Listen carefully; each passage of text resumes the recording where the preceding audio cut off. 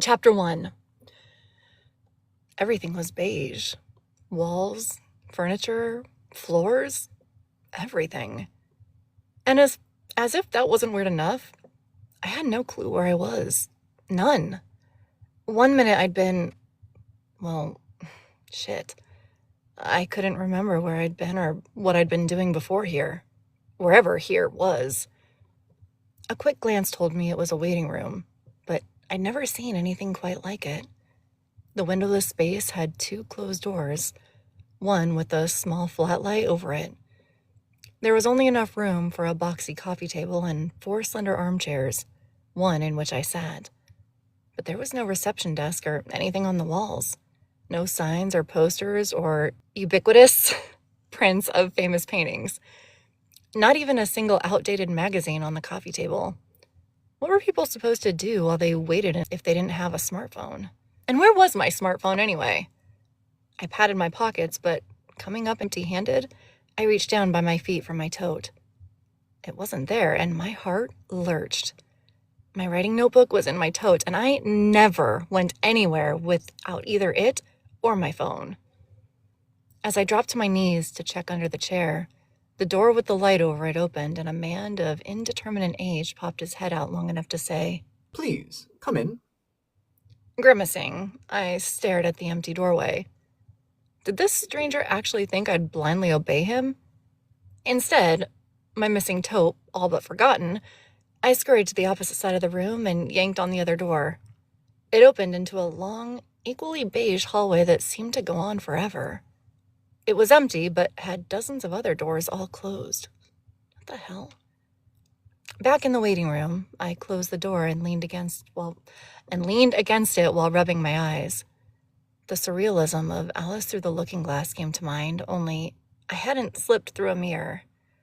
But maybe I was dreaming. It was the only logical explanation for such a bizarre situation. Lucid dreaming, certainly, but dreaming nonetheless. A throat cleared and my eyes shot open. The man stood in the waiting room now. I tried to back up, but only succeeded in pressing myself more firmly against the door. He let out an impatient sigh. Liv Bolan, you aren't the only. Hold up a sec. How do you know my name? He sighed again and gestured to the doorway behind him. Please come into my office, and I'll explain everything. I shook my head in adamant refusal, and the sincere hope it would jar me awake. It didn't. He took a few steps toward me, but when I held my hands up defensively in front of me, he stopped. In a tone typically reserved for an uncooperative toddler, he said, My name is Nathan, and I'm your transition facilitator. Unfortunately, you're early. Very early, in fact. Since you're here, I have no choice but to process you. Our time is limited, however, so please come into my office. We need to get started. I eyed him warily. My dream had turned into a nonsensical nightmare, and my chest tightened as I fought an urge to bolt. Only the certainty that I was sound asleep in my bed kept me rooted in place. Besides, where could I go? The Hall of Doors? Resigned, I asked, Early? Process me? For what? You have no idea why you're here, do you? He paused, considering me as I shook my head. I guess I'm going to have to rip off the proverbial Band-Aid. You've had an accident, and now you're dead. Albeit prematurely. Still, you're dead, nevertheless. I almost burst out laughing, but his expression was so serious, I had to glance down to make sure I wasn't see-through or otherwise ghostly. I wasn't. This ridiculous dream had gone on long enough, and I needed to wake up. The sooner, the better. First, I pinched myself a few times because they did that in the movies. Nothing. Next, I pushed away from the door and windmilled my arms while shaking first one leg, then the other. More nothing.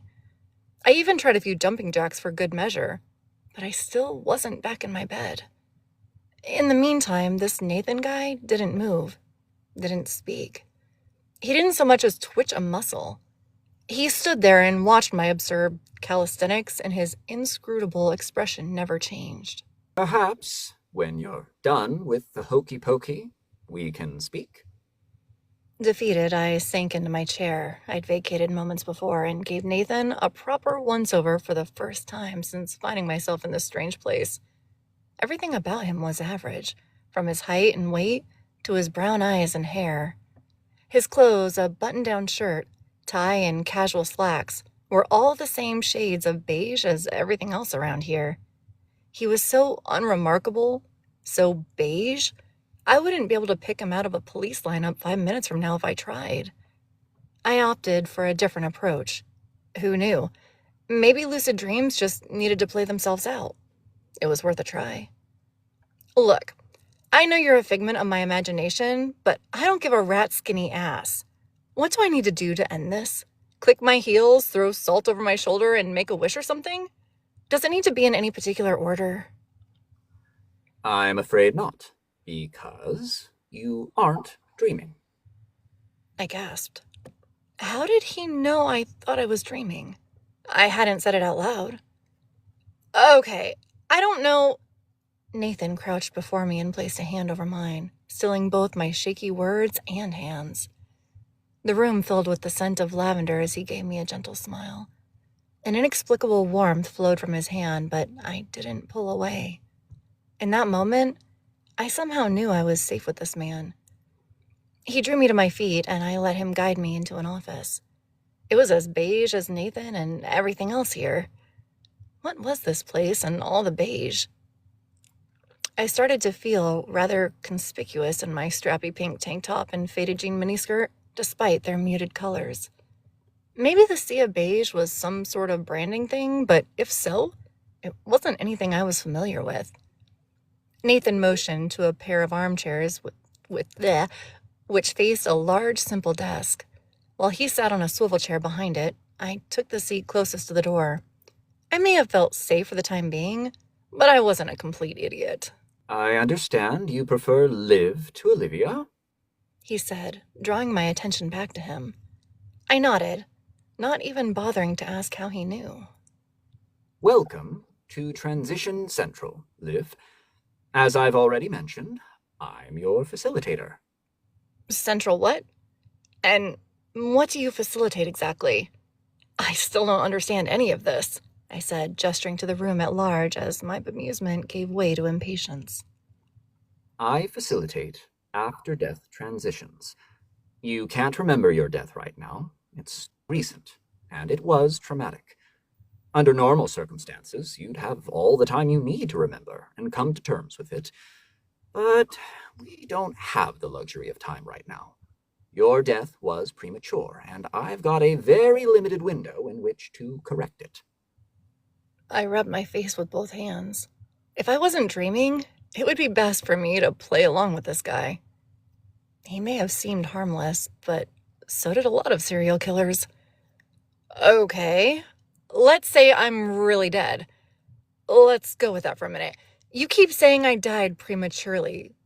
What does that even mean? Yes, about that, he sighed. I have a new junior caseworker assigned to me. Robert. He had only one case. You.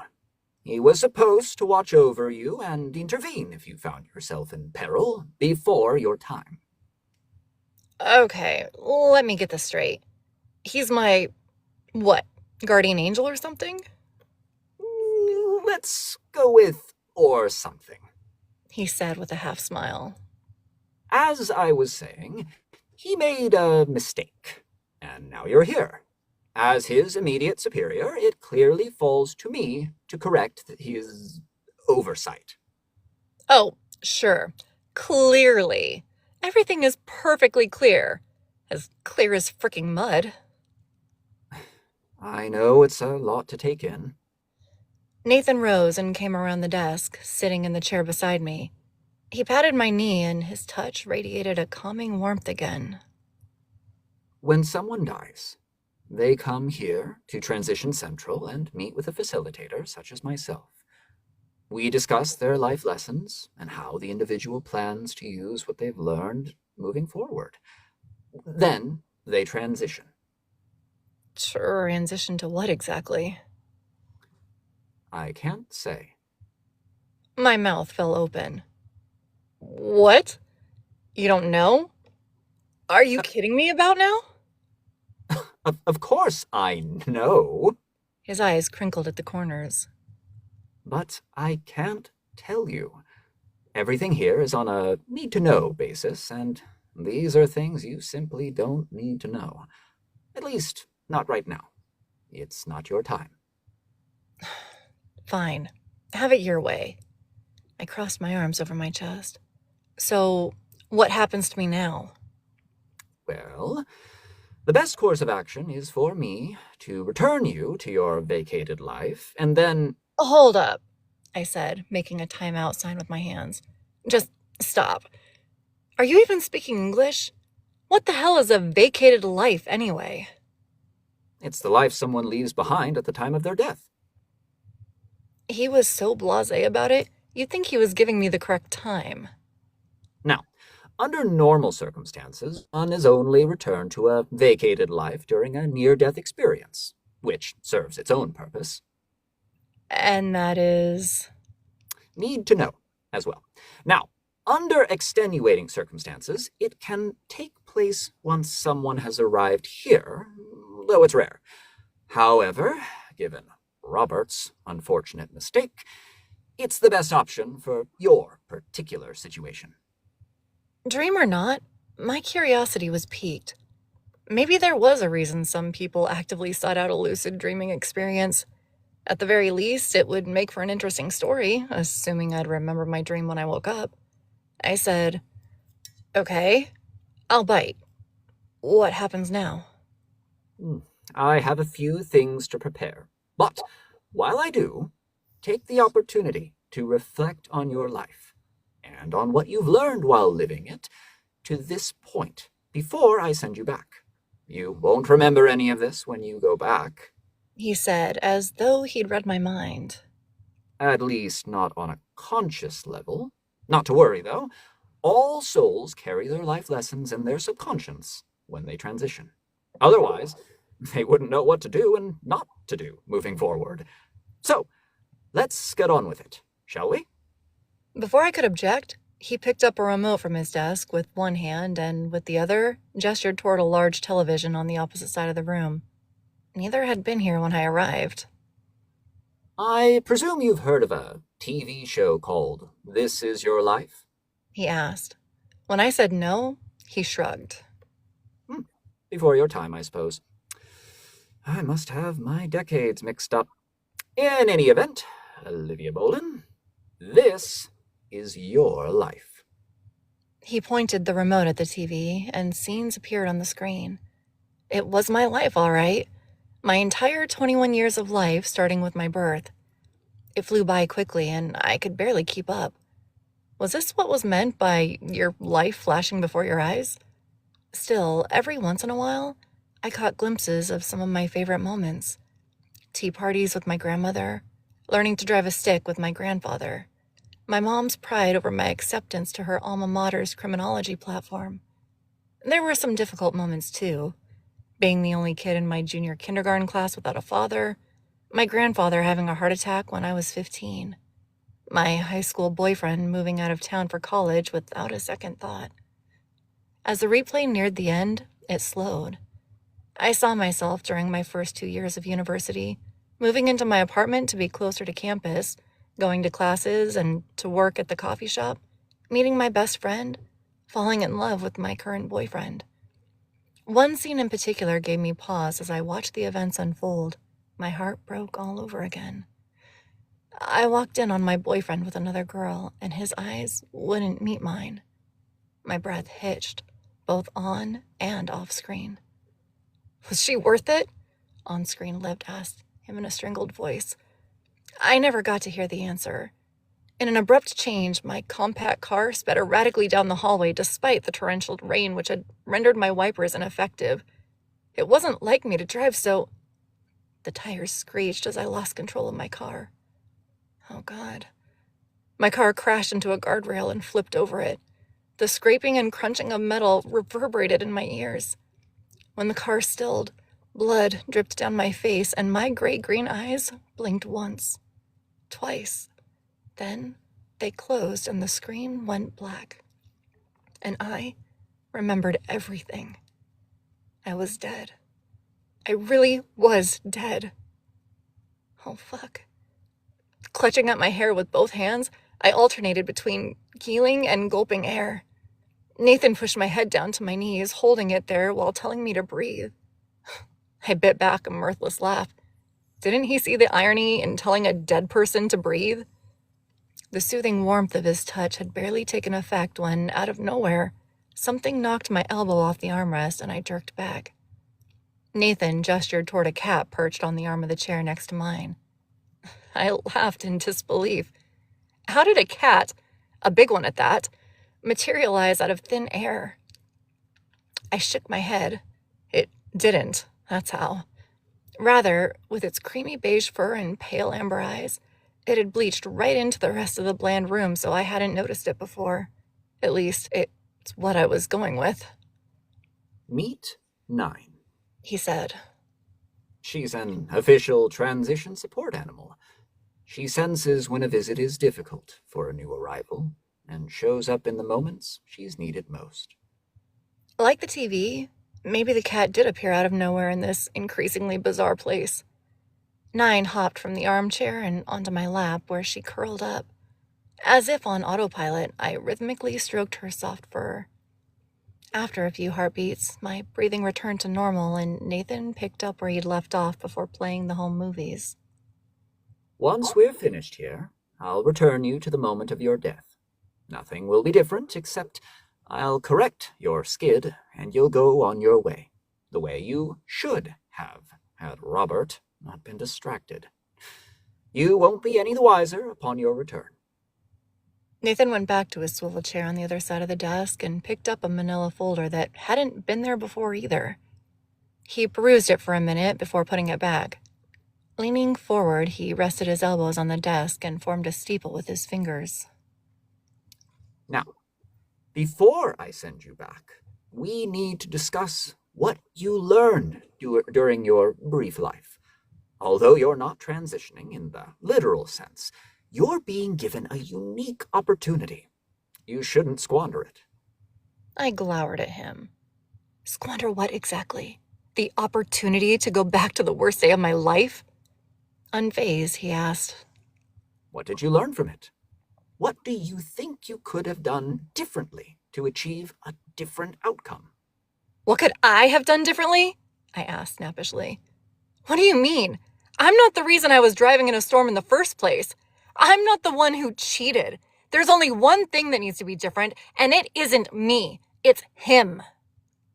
I'm afraid that isn't a life lesson, and... Fine, I glared defiantly at him. I learned I was in love with the cheater, and I would have been better off without him. Nathan let out a deep sigh. That isn't one either. A life lesson is... I bristled. You know what?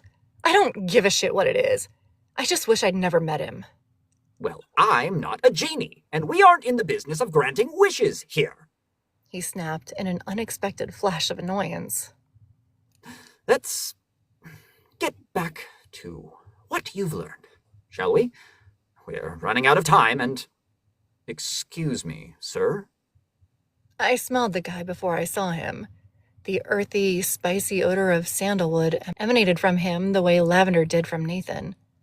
I wondered if it was an unearthly version of sweat. Also, like Nathan, the second man was dressed entirely in beige. Though their facial features were different, both men would have been interchangeable at a quick glance if not for their hairstyles.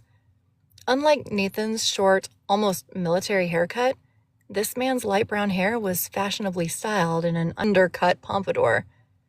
It was perhaps the only expression of individuality, yet it was incongruous with the starkness of everything else in this place. When Nathan glanced at him, the man's eyes averted. He had none of Nathan's calm energy and held himself so stiffly, I half expected 9 to go up to him. The poor guy seemed to need more support. Wow, the poor guy seemed to need the support. The poor guy seemed to need the support cat more than I did. Robert, Nathan said. you shouldn't be here. My head whipped back toward Nathan, startling 9, who jumped off my lap. Wait, what? Robert? This is the guy? The guy who got me killed? Liv. I ignored Nathan and shot out of my seat, closing the gap between Robert and me before either man could react. Drilling my fingers into his chest, I said, You're the reason I'm here. You're the reason I'm dead? Olivia? Nathan used my full name in the same tone Mom used when she wasn't happy with me, so I instinctively glanced over at him. He came over to me in a waft of lavender-scented air and put a hand on my upper arm. As warmth flowed from it once again, my anger dissipated. Give me a moment, please. Nathan led Robert through the different door and then the one I'd come in. He closed the door behind them, and not knowing where they'd gone or how long they'd be, I plopped myself back into my chair, wishing I had my notebook with me. Whoever said the truth was stranger than fiction was right. Much stranger. But this would make one hell of a story. Too bad I wouldn't remember any of it when I was alive again, but... Robert burst back into the room and closed the door behind him, leaning against it. We don't have much time, he said urgently, echoing what Nathan had said earlier. Waving at the room, he said, I'm truly sorry for all of this. You're my first case, and... His expression was contrite as his words trailed off, but I didn't trust myself to speak, so I remained quiet, opting to stare him down instead. He filled the uncomfortable silence the way people always do. I can't undo what happened. You'll always have died prematurely on my watch, and you'll always be aware of it when you're here in Transition Central. He considered me for a moment, hesitating, and he said, But maybe I can fix it. The unreadable expression settled on Robert's ordinary face. With a furtive glance toward the door he'd just closed, he took a deep breath and waved his hand toward me. The scent of sandalwood intensified, and the air rippled the way it does above asphalt on a hot summer day. And then, everything went black.